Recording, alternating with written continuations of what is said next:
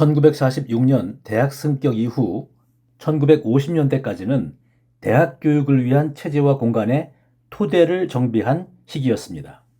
대학으로 승격한 고려대학교는 교육체제를 정법대학, 경상대학, 문과대학의 3개 대학으로 구성했습니다. 이때 학칙도 고려대학교 학칙의 이름으로 전면 정비됩니다. 이 학칙은 고려대학교의 기본 체제를 정하는 중요한 규범으로 역사적 가치가 큽니다. 이 책에 그 구체적인 내용이 소개되어 있습니다. 대학 승격과 함께 총 1,440명의 정원이 책정되었으나 정원을 채우지는 못했습니다. 가장 큰 원인은 해방 전후의 학제가 연계성을 가지지 못했기 때문이었습니다. 당시 입학시험 과목은 공통과목과 대학별 지정과목으로 구성되어 있었습니다. 1946년 당시 등록금은 1분기 수업료가 360원이었고 신입생은 입학금 60원이 추가되었습니다.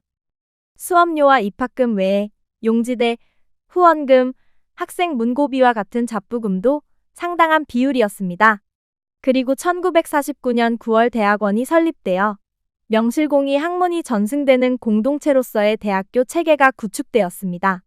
대학원 시험 과목은 전공과 외국어 2과목이었습니다. 흥미로운 것은 당시 대학원생을 위한 강의가 개설된 것은 아니고 각자 지도교수를 정하여 스스로 연구하는 방식이었습니다. 1950년 6.25 전쟁은 막 걸음마를 시작한 고려대학교에 큰 상처를 주었습니다.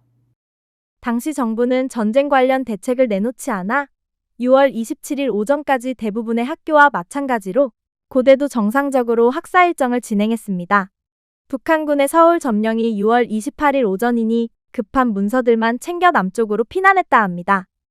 인천 상륙 작전으로 1950년 9월 28일 서울이 수복된 후에도 캠퍼스로 진입할 수는 없었습니다. 당시 캠퍼스는 미군 사용 공간으로 통제 상태에 있었기 때문입니다. 유진호는 당시 상황을 양호기에서 이렇게 기록하고 있습니다. 유진호의 회고 속에 제실이 등장하는데요. 인명원에 부속되어 있던 제실을 말하는 것으로 추측됩니다. 애기능에 대해서는 제13장에서 알아보겠습니다. 1950년 12월 중공군 개입으로 인한 1951년 이른바 일사 후퇴 때의 고대는 다시 피난을 떠나는데요. 이때 유진호 양호기의 에피소드가 있어 소개합니다. 이번에는 지난 6월보다는 시간적으로 여유가 있어서 기묘한 서류를 챙겨가지고 피난길을 떠나는 학교들도 있었지만 고려대학교는 돈이 없어서 그렇게 못하고 인촌께 상의하여 학적부를 땅에 묻기로 하고 서무 오인갑시를 시켜 애기능에 묻게 하였다. 영하 10도를 넘는 추위 속에 인기척 없는 애기능에서 학적부를 땅에 묻노라니 흡사 고려대학교를 땅에 묻는 것 같은 감이 들었다. 다시 돌아와서 이것을 땅에서 파내고 고려대학교의 문을 다시 열게 될 날이 있을 성쉽지 않았다. 피난 시절 대학들은 연합체를 구성하여 공동으로 수업을 진행했습니다. 고대는 1951년 7월 대구시 원대동 1165번지에 약 90평의 공장 건물을 임차하여 임시교사로 사용했습니다. 전시회도 고대는 교육체제 정비와 확장을 위한 발걸음을 계속했습니다. 1952년 문과대학을 물리과대학으로 개편하여 학과를 증설하고 농림대학을 신설하였습니다. 이때에는 현재 문과대학과 이과대학이 한 집에 있었습니다. 농림대학 신설은 민족대학을 지향하는 학교로서 고대가 농업 근대화에 기여해야 한다는 뜻으로 인촌이 강력 추진한 정책이었습니다. 이를 위하여 농업실습장 용도로 종암동 부근에 많은 토지와 산림을 구입하는 한편 경기도 양평, 강원도 철원 등에도 넓은 연습림을 마련하였습니다. 농림대학은 현 생명과학대학의 기원입니다. 1953년 8월 16일 고대는 서울로 복귀했지만 즉시 학교로 들어갈 수 없었습니다. 당시 캠퍼스는 미군이 사용하고 있었는데 쉽사리 인도하지 않아 개동 중앙고등학교에서 더부살이를 하면서 끈질긴 노력 끝에 1954년 2월에서야 캠퍼스를 반환받았습니다.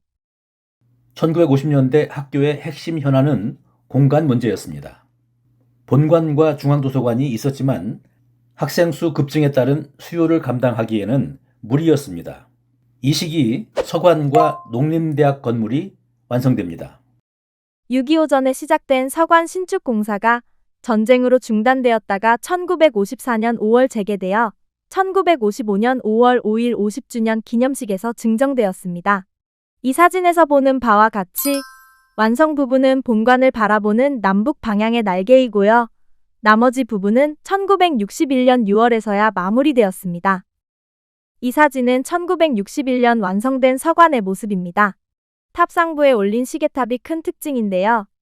이 탑에 시계가 설치된 것은 1964년 여름의 일입니다. 1956년 농림대학 건물도 지어졌죠. 네, 교수님.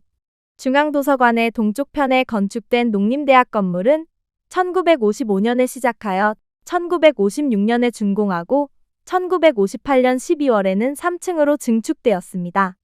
이 건물은 1976년 농과대학이 애기능 자연계 캠퍼스 신교사로 이주한 후 1977년부터 사범대학이 사용합니다. 이 사진 중앙도서관 동쪽으로 농림대학 일부가 보입니다.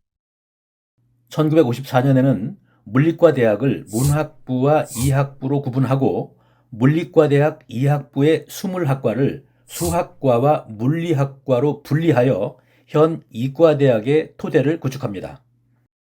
1955년 개교 50주년은 유진호 총장 주도로 이루어진 모던 KU의 출발점이었다는 사실 제3장에서 알아보았지요. 이때 고려대학교 학칙도 전면 개정됩니다. 이 학칙은 체계가 근대화된 시기로 역사적 가치가 큽니다. 이 책에 그 구체적인 내용이 소개되어 있습니다. 이 학칙 체계는 2014년 고려대학교 학칙이 간결하고 효율적으로 전면 개정될 때까지 그 기본 틀을 계속 유지합니다. 1955년 정법대학을 폐지하고 법과대학을 신설하면서 법률학과를 법학과로 개명하고 행정학과를 신설하여 배속하였고요. 경상대학을 폐지하고 상과대학을 신설하여 상학과와 경영학과를 설치하였습니다. 물리과대학의 정경학부를 신설하여 과거 정법대학 정치학과와 경상대학 경제학과를 배속하였습니다. 아울러 농림대학의 농예화학과를 증설하였습니다. 1950년대 당시 애기능에는 교육시설이 하나도 없었는데요. 이 학부를 위한 목조 단층의 실험동 3개가 현 국제관 앞 인문관 자리에 있었습니다. 임시 건물이었는데요. 바로 이곳입니다. 1959년에는 농림대학을 농과대학으로 개칭하고 정경학부를 정경대학으로 승격시켰습니다. 1956년 8월 현 정경관 자리에 단아하게 세워진 외인교수 사택도 인상 깊습니다. 1957년 완공된 대강당도 수건사업의 실현이었습니다. 이로써 대형강의 공간을 보유하게 되었습니다.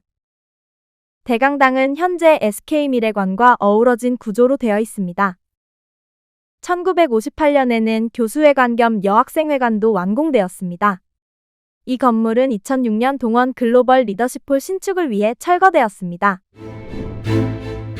1946년 8월 고려대학교의 이름으로 다시 태어난 후 약 15년의 기간 동안 진짜 전쟁도 겪으면서 그야말로 전쟁에서의 승리를 위한 절실함과 같은 마음으로 교육의 기본 체제를 정비하였습니다.